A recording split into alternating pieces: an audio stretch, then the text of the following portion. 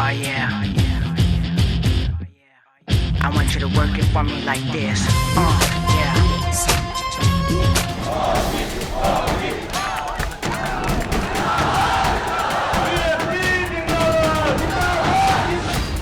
ना नुक्कड़ होगा ना नौटंकी, जाके बोल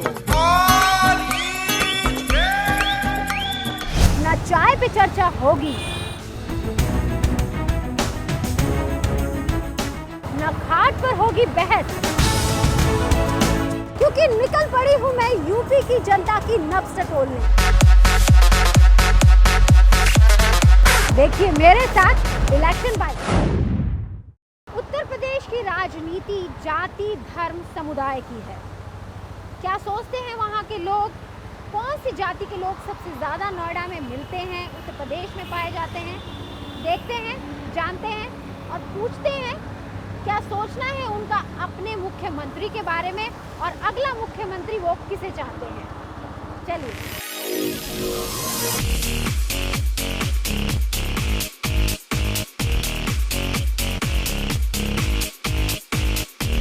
मोदी सरकार ने करीब 250 रुपए की EMI पर डे की EMI पर ई रिक्शा चालकों को ई रिक्शा बांटे थे। यहाँ पे मेरे साथ बहुत सारे ई रिक्शा चालक खड़े हुए हैं। इन लोगों से हम बात करते हैं, वो चाहते हैं कौन हो उनका अगला मुख्यमंत्री, किसे वो ज़्यादा पसंद करते हैं मुख्यमंत्री के तौर पर। तो क्या चाहते हैं, कौन होना चाहिए अगला मुख्यमंत्री? मायावती। जिस प्रकार से मोदी सरकार ने यहाँ पे ई रिक्शा बांटे थे वो तो चल नहीं पाई अच्छी ढंग से। उनसे ज़्यादा किराया लिया जा रहा है, जितना किस्त दिया था उससे दुगने वसूले जा रहे हैं। तभी हम लोग अपना रिक्शा खरीद के चला रहे हैं। इसको भी बंद करने की बात चलती है। इस बार मायावती का सरकार आना चाहिए। मायावती जितना हेल्प करता है गरीब का वो कोई भी नहीं आज तक किया है नोएडा के अंदर में। नोएडा देखने के लिए ई रिक्शा भी काफ़ी अच्छा ऑप्शन हो सकता है, इसलिए हमने बाइक छोड़ के फिलहाल अभी हम ई रिक्शा में बैठ गए। बात करते हैं ई रिक्शा वाले से भी और यहाँ पर जो सवारी बैठी है उनसे भी जानते हैं कि क्या चाहती है वो, कौन उनका अगला मुख्यमंत्री है। जैसे ठीक है, बहुत अच्छा काम कर रहे हैं, बस बाकी के इनको ही होना चाहिए। अखिलेश सरकार के काम से आप लोग खुश हैं? आप चाहते हैं कि अखिलेश की वापसी हो? वापसी।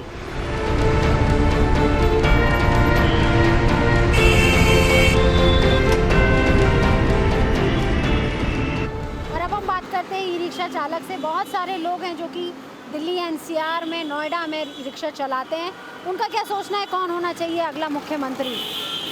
आप बताइए कौन होना चाहिए अगला मुख्यमंत्री? BSP मायावती। मायावती क्यों होनी चाहिए ये बताइए? मायावती क्यों होनी चाहिए? उसका शासन ठीक था जी, जो है। अच्छा। हाँ जी, कोई गलत काम नहीं होते तो उसके राज्य में। और अब तो कोई किसी की सुनता ही नहीं है जी, जो है। हर आदमी को धमका देता है जी, जो है। नोएडा से बीजेपी की विधायक हैं विमला बाथम, जिन्होंने पिछले विधानसभा चुनावों में 1 लाख से भी ज़्यादा वोट हासिल करके भारी जीत दर्ज करी थी। उस समय उनका मुकाबला सपा की काजल शर्मा से था। अब देखते हैं कि क्या वो इस बार अपनी जीत दोहरा पाएंगी और जनता उन्हें दोबारा लाना चाहती है।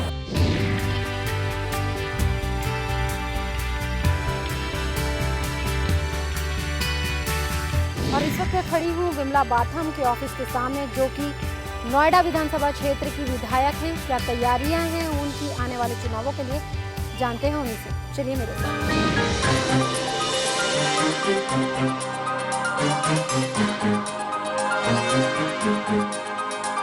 हम आपसे ये जानना चाहते हैं कि नोएडा की, जैसे अगर हम बात करें नोएडा के विकास की हम बात करें तो पिछले 5 सालों में क्या लगता है कि नोएडा ने विकास किया है? आप क्योंकि विधायक हैं नोएडा की। हमारी जनता जानती है, वो बताएगी आपको कि कितना काम हमने किया।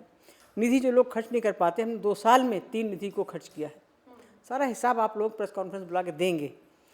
और जहाँ जहाँ काम किया सारा बिल्कुल शीशे की तरह साफ है, पारदर्शी तरीके से आपको सब बताएंगे। ये बताइए विरोधियों के लिए क्या कहना चाहेंगे? जैसे कि उत्तर प्रदेश में मुख्यमंत्री अखिलेश जी की सरकार है, सपा की सरकार है, तो क्या बीजेपी तैयारी कर चुकी है आने वाले चुनावों के लिए? हम सरकार बनाने के लिए जा रहे हैं बीजेपी, क्योंकि मोदी जी के काम खाली एक यही नहीं, हर काम उठा के देखिए। 70 योजनाएँ उनकी हैं जो उन्होंने गरीब आदमियों के लिए की। कांग्रेस की बात आप कर रही हैं, तो कांग्रेस तो वेंटिलेटर पर गई हुई पार्टी है।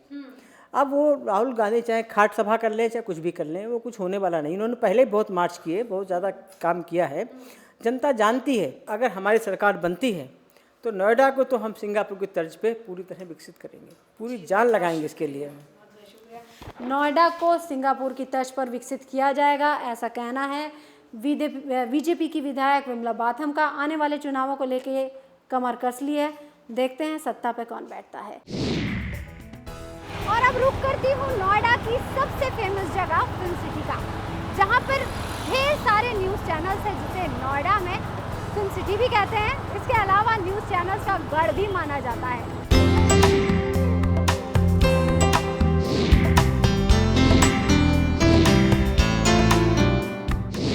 नोएडा का फिल्म सिटी सेक्टर 16A, जहाँ पर सारे चैनल्स हैं, मीडिया कर्मी यहाँ पर काम करते हैं, साथ ही साथ वक्त गुजारने के लिए सड़कों पर भी आते हैं कई बार, और खाने के लिए यहाँ पर स्टॉल्स लगी हुई हैं। दिन के वक्त भी यहाँ पर काफ़ी स्टॉल्स सजी रहती हैं, लेकिन शाम के वक्त यहाँ पर पूरा मेला सा लग जाता है। लेकिन फ़िलहाल अभी हम बात करते हैं यहाँ पर स्टॉल लगाने वाले कुछ लोगों से।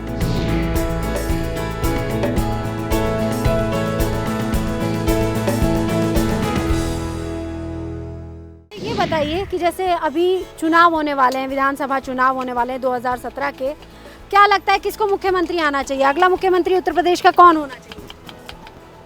कोई भी आ जाए, इससे हमको क्या है, जो चल रहा है वो तो चल रहा है, हमको कोई फायदा नहीं होता है ना, कोई भी आ जाए। हम चलते हैं दूसरी दुकान की तरफ। ये है शिकंजी वाले, नींबू चीनी मसाले से भरपूर शिकंजी ये बनाते हैं। इन्हीं से बात करते हैं और अब इनसे पूछते हैं कि किसे चुनना चाहते हैं वो अपना अगला मुख्यमंत्री। उत्तर प्रदेश का मोदी सरकार ना। मोदी तो प्राइम मिनिस्टर हैं, प्रधानमंत्री हैं। मुख्यमंत्री जैसे अभी अखिलेश यादव हैं हमारे उत्तर प्रदेश के मुख्यमंत्री, क्या मायावती हो या फिर बीजेपी से कोई आए या कांग्रेस से कोई आए, शीला दीक्षित आए मुख्यमंत्री के तौर पे, किसे चाहते हैं, कौन हो अगला मुख्यमंत्री?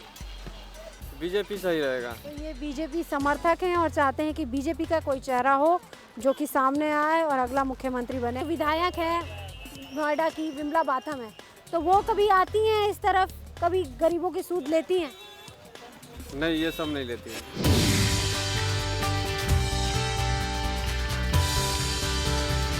ये हमारे साथ है झा जी। झा जी, ये बताइए कि कितने सारे मीडिया कर्मी आपके पास आके चाय पी के जाते हैं? बहुत आते हैं दिन भर में। कौन होना चाहिए उत्तर प्रदेश का मुख्यमंत्री?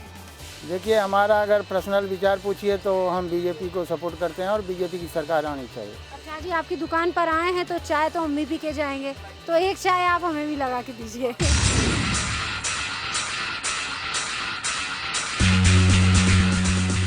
चाय पीने वाले लोग काफ़ी हैं यहाँ पर, बात करते हैं उनसे, किसे चाहते हैं वो अगला मुख्यमंत्री, क्या चाहते हैं उत्तर प्रदेश का अगला मुख्यमंत्री कौन होना चाहिए? जी, मेरे हिसाब से तो मायावती को होना चाहिए। क्यों मायावती को? क्यों?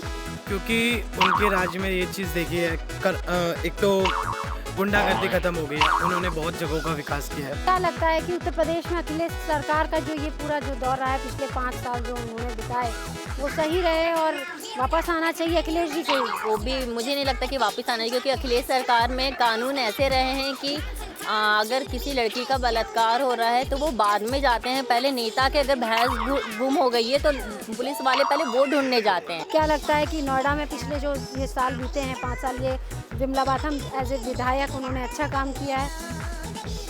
नहीं, फिलहाल तो कुछ खास नहीं किया। और अब चलते हैं नोएडा के एक दूसरे छोर की ओर, जो कि इस चकाचौंध की दुनिया से बिल्कुल अलग है।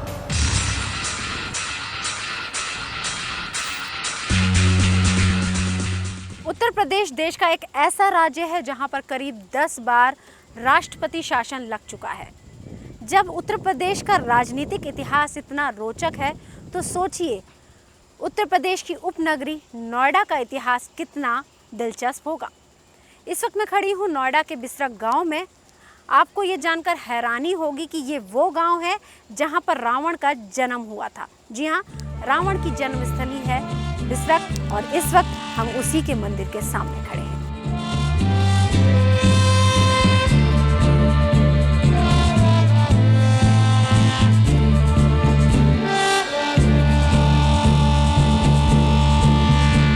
जितनी भी भी सरकारें आई उत्तर प्रदेश में, क्या इस गांव के लिए, क्योंकि ये हिस्टोरिकली ये बहुत फेमस जगह है, तो कुछ किया है इस गांव के लिए? क्योंकि हम गांव देख कर आए, हमें बहुत ज़्यादा डेवलपमेंट नज़र नहीं आई। जी हाँ, ये आपने सत्य कहा कि विकास में अभी यह गांव धीमा रहा है, क्योंकि पहले इसकी पहचान को किसी ने कोशिश नहीं की कि हम इसे आगे बढ़ाएं या विकास करें या हम इसको पर्यटक स्थल में घोषणा कराएं।